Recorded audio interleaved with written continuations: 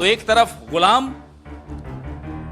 नबी आजाद और दूसरी तरफ सतपाल मलिक जी। तुलना कीजिए, एक भाजपा का वरिष्ठ नेता, आपका चहेता, आपकी चॉइस थी, आपने उनको जम्मू कश्मीर का राज्यपाल बनाया, आज उनको आप सुरक्षा तक नहीं देते। नहीं तो जम्मू कश्मीर में तो कोई डॉक्टर किरण पटेल नाम के एक ठग को भी Z+ दे दी थी आपने। तो सतपाल मलिक जी ने ऐसा क्या कर दिया कि उनको आज सजा दी जा रही है? किस बात की सजा दी जा रही है? हम ये सवाल पूछना चाहते हैं। क्या सतपाल मलिक जी को ये फाइलें नहीं क्लियर करने की सजा दी जा रही है? कौन सी फाइलें हैं? इंश्योरेंस की एक स्कीम की फाइल है जिसके बारे में वो इस इंटरव्यू में बता रहे हैं, जिसमें 300 करोड़ की घूस की पेशकश आरएसएस के पदाधिकारी द्वारा इन्हें की गई थी। अब इन्होंने आरएसएस के पदाधिकारी का नाम भी खोल दिया। हो गए 48 घंटे से ऊपर।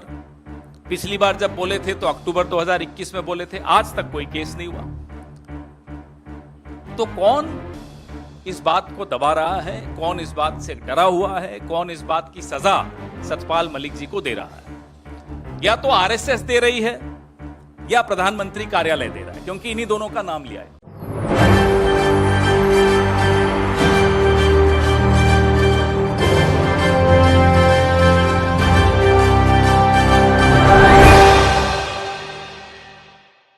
नमस्कार, मैं नाज़मीन खान और आप देख रहे हैं SPN 9 न्यूज़।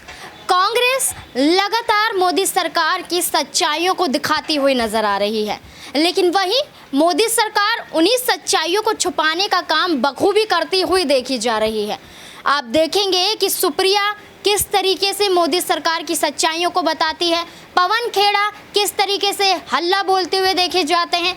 तमाम तरीके से कांग्रेस में यहाँ पर मोदी सरकार के खिलाफ एक्शन लिया जा रहा है। दिल्ली से लेकर कर्नाटक तक कांग्रेस यहाँ पर अपनी मौजूदगी पेश करती है और साबित करने की कोशिश करती है कि यहाँ पर मोदी सरकार टिकने वाली नहीं है। आगामी चुनाव को देखते हुए कांग्रेस ने कमर कस ली है और उन तमाम मुद्दों के जरिए जिससे मोदी सरकार को चोट पहुँचाई जा सकती है, उन मुद्दों को पकड़ते हुए, भांपते हुए उन पर निशाना साधती हुई देखी जा रही है। ठीक अभी यहाँ पर एक और मसला चलता हुआ नजर आ रहा है और वो मुद्दा है गुलाम नबी आज़ाद का। गुलाम नबी आज़ाद ना तो कांग्रेस के रहे हैं ना तो भारतीय जनता पार्टी के, लेकिन उनके बयान ऐसे होते हैं कि यहाँ पर वो जाहिर कर रहे हैं कि कांग्रेस से वो बेशक निकल गए हैं लेकिन दोबारा कांग्रेस का रुख नहीं करेंगे। बगावती सुर अपनाते हुए वो भारतीय जनता पार्टी के खेमे में आ सकते हैं। ये स्पष्टीकरण तो अभी नहीं हुआ है, साफ तौर पर सबके सामने आया भी नहीं है कि गुलाम नबी आज़ाद भारतीय जनता पार्टी में जा सकते हैं, लेकिन जिस तरीके से वो कांग्रेस पर निशाना साध रहे हैं, राहुल गांधी पर तंज कसते हुए नजर आ रहे हैं, तमाम तरीके से अडानी मुद्दे पर राहुल गांधी को ही घेर रहे हैं, मोदी सरकार के खिलाफ कोई बयान देते हुए नजर नहीं आ रहे हैं, तो ये सब कुछ जाहिर कर रहा है कि आप किस तरीके की राजनीति कर रहे हैं, आप किस तरीके की चालाकी करते हुए नजर आ रहे हैं कि आप यहाँ पर खुलकर नहीं लेकिन एक तरीके से इशारों में भारतीय जनता पार्टी का दामन थामने की बात करते हुए नजर आ रहे हैं। इन्हीं सभी की सच्चाइयों को पेश करते हुए और जम्मू कश्मीर के राज्यपाल को लेकर और आरएसएस को लेकर और मोदी सरकार को लेकर पवन खेड़ा काफ़ी कुछ बोलते हुए नजर आते हैं। नमस्कार, मैं नाज़मीन खान और आप देख रहे हैं SPN 9 न्यूज़। पवन खेड़ा ने यहाँ पर बताया है कि सतपाल मलिक जो जम्मू कश्मीर के राज्यपाल है, किस तरीके से वहाँ पर उनको सिक्योरिटी दी जाती है और किस तरीके से मोदी सरकार ने वहाँ पर उनके लिए व्यवस्था कर रखी है, लेकिन ये सरासर गलत है। और किन चीज़ों को यहाँ पर पवन खेड़ा उजागर करते हुए दिखाई देते हैं, मोदी सरकार की सच्चाइयों को बताते हैं और साथ ही साथ गुलाम नबी आज़ाद को बोलते हुए नजर आते हैं कि यहाँ पर किस तरीके से गुलाम नबी आज़ाद को भी मोदी सरकार ने Z+ सिक्योरिटी दे रखी है और यहाँ पर उनको सरकारी बंगला भी दे रखा है। लेकिन ऐसे में ये कहाँ से जाहिर होता है और कहाँ से सत्य बैठता है कि यहाँ पर गुलाम नबी आज़ाद को PM नरेंद्र मोदी के ज़रिए, भारतीय जनता पार्टी के ज़रिए, मोदी सरकार के ज़रिए ये सारी व्यवस्था दी जा रही है। ये तो सरासर गलत है, क्योंकि अब गुलाम नबी आज़ाद ना तो किसी पार्टी से हैं और ना ही किसी पार्टी का रुख करते हुए नजर आ रहे हैं। तो ऐसे में काफ़ी कुछ खुलासा पवन खेड़ा ने गुलाम नबी आज़ाद को लेकर और जम्मू कश्मीर के राज्यपाल को लेकर काफ़ी कुछ बोला है। क्या कुछ उन्होंने अपनी इस रिपोर्ट में पेश किया है, देखिए ज़रा। सतपाल मलिक जी एक संवैधानिक पद पर आसीन थे अभी कुछ वक्त पहले तक। एक बहुत महत्वपूर्ण खुलासा नाम लेकर कर रहे हैं। आरएसएस के एक वरिष्ठ नेता राम माधव का उन्होंने स्पष्ट तौर पे नाम लिया। प्रधानमंत्री के करीबी से जुड़े हुए ये शब्द सतपाल मलिक जी के हैं। इस इंटरव्यू में तो उन्होंने पूरा खुलासा करके नाम लिया है।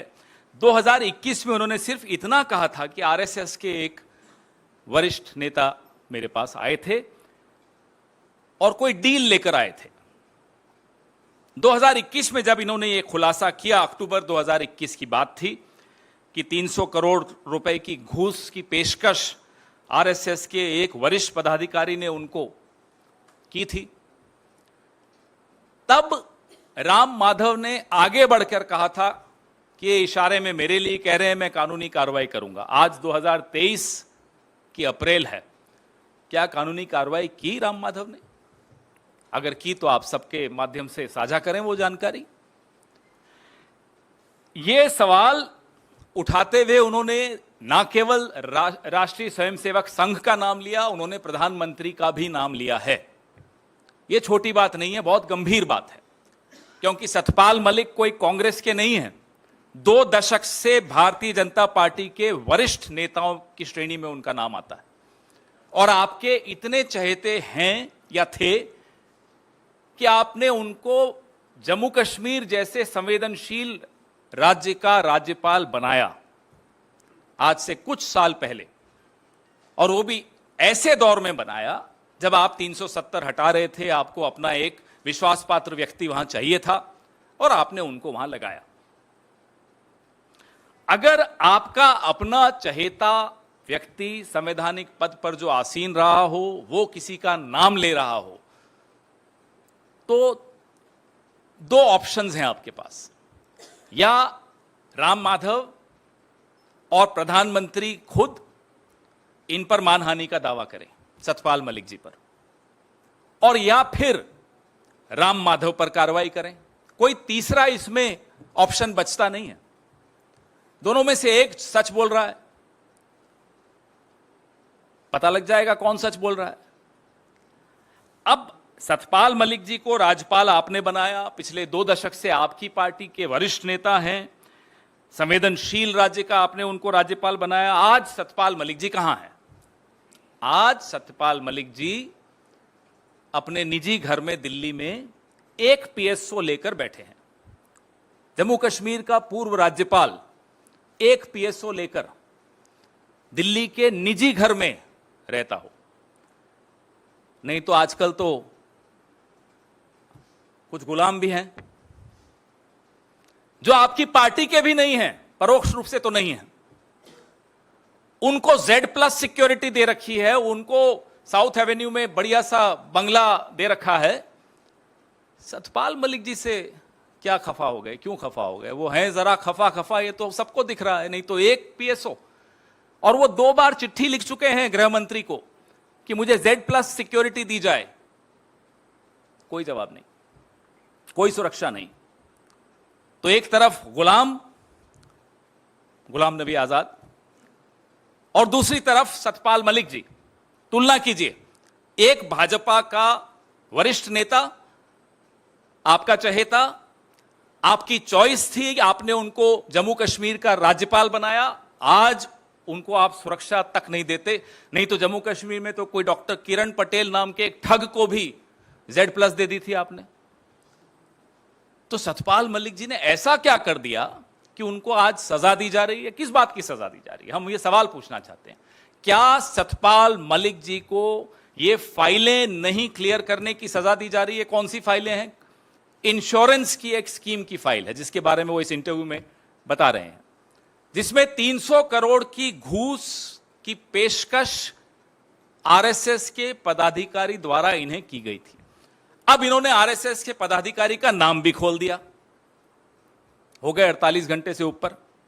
पिछली बार जब बोले थे तो अक्टूबर 2021 में बोले थे, आज तक कोई केस नहीं हुआ।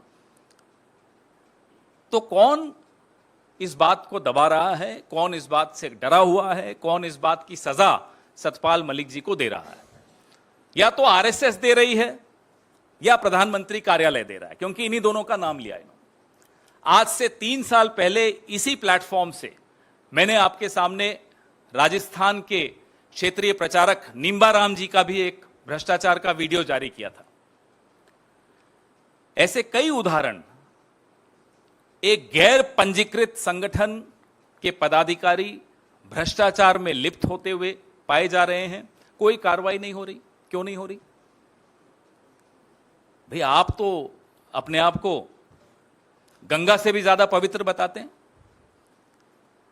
आप खुद पंजीकृत नहीं हैं और हर मंत्री के यहां एक पीएस या ओएसडी संघ से आया हुआ है, कोई फाउंडेशन है संघ की, उससे आपने एक एक पीएस और एक एक ओएसडी बैठा रखा है हर मंत्री के यहां। क्यों बैठा रखा है बताइए? क्या इसी तरह की डील्स करने के लिए बैठा रखा है? हम जानना चाहते हैं। या मंत्री पर नजर रखने के लिए कि कहीं वो अकेला डील ना कर दे? ये क्या हो रहा है इस देश में? आपने चुना, जिन्होंने भी 36-37% लोगों ने भारतीय जनता पार्टी को चुना इस देश के, कि by one get one free की कोई स्कीम चल रही थी कि साथ में आरएसएस भी आएगी और वो डील्स करेंगे यहां 300 करोड़ 200 करोड़। क्या है ये?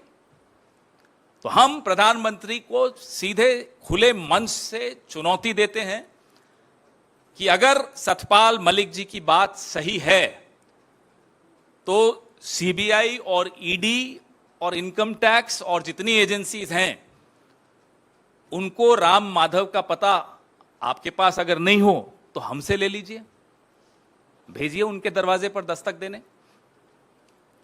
और प्रधानमंत्री से जुड़े हुए और कौन से लोग हैं जिनके बारे में सतपाल मलिक जी इस इंटरव्यू में कह रहे हैं, उन सबके खिलाफ कार्रवाई होनी चाहिए। आपने तो उल्टे सतपाल मलिक को ही सजा दे दी, उनकी सुरक्षा छीन ली, उनसे नौकरी छीन ली, घर बैठा दिया। और अगर सतपाल मलिक जी झूठ बोल रहे हैं तो उनके खिलाफ मानहानि का दावा राम माधव भी करे, संघ भी करे और प्रधानमंत्री कार्यालय भी करे, क्योंकि तीनों बदनाम हो रहे हैं। यह खुली चुनौती है और अगर इस चुनौती पर ये चुप हैं तो आप समझ लीजिए कि जिसको सजा देनी थी उसको सजा दे दी, जिसको बचाना था उसको बचाया जा रहा है। जैसा कि आपने पवन खेड़ा को सुना, उन्होंने साफ शब्दों में यही कहा कि यहाँ पर गुलाम नबी आज़ाद को बचाने का काम किया जा रहा है।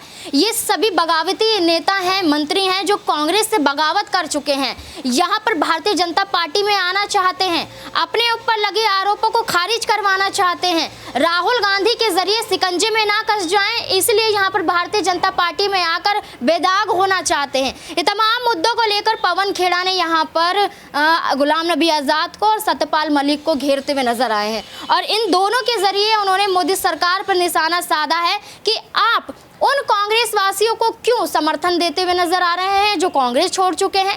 आगामी चुनाव को देखते हुए किस तरीके का रुख अपनाते हुए नजर आ रहे हैं, साफ तौर पर जाहिर कर रहा है कि आप कर्नाटक में जू जाते हैं और वहां पर किस तरीके से जू के दौरान आप फोटोग्राफी करते हुए देखे जाते हैं, आप अलग अलग वेशभूषा में फोटो क्लिक करवाते हैं, तमाम तरीके से कांग्रेस इस पर भी तंज कसती हुई नजर आती है। जयराम रमेश किस तरीके से तमाशा बताते हैं, तो ये सिर्फ सब कुछ आगामी चुनाव को देखते हुए ही तो किया जा रहा है। चुनाव के मद्देनजर मोदी सरकार इशारों में ये कहना चाहती है कि कर्नाटक में राहुल गांधी नहीं आ सकते हैं, उनकी संसद सदस्यता वापस नहीं आ सकती है और संसद सदस्यता वापस नहीं आएगी तो चुनाव में उतरना तो दूर की ही बात है। तो वैसे में कांग्रेस भी दांवपेच आजमाने में लग चुकी है। पवन खेड़ा ने यहाँ पर सच्चाइयाँ पेश की हैं और साफ तौर पर मोदी को लताड़ा है कि आप कैसे ये काम कर सकते हैं, इस पर सफाई देने की बात कही है इस मुद्दे पर और पवन खेड़ा के बयान को लेकर। और जिस तरीके से कर्नाटक में यहाँ पर पीएम नरेंद्र मोदी दिखाई दे रहे हैं और जैसे कि कांग्रेस पर बोलते हैं कि लोकतंत्र पर खतरा है, इन तमाम मुद्दों को लेकर आपकी क्या राय है कमेंट बॉक्स में जरूर बताएं। मुझे दीजिए इजाजत, धन्यवाद।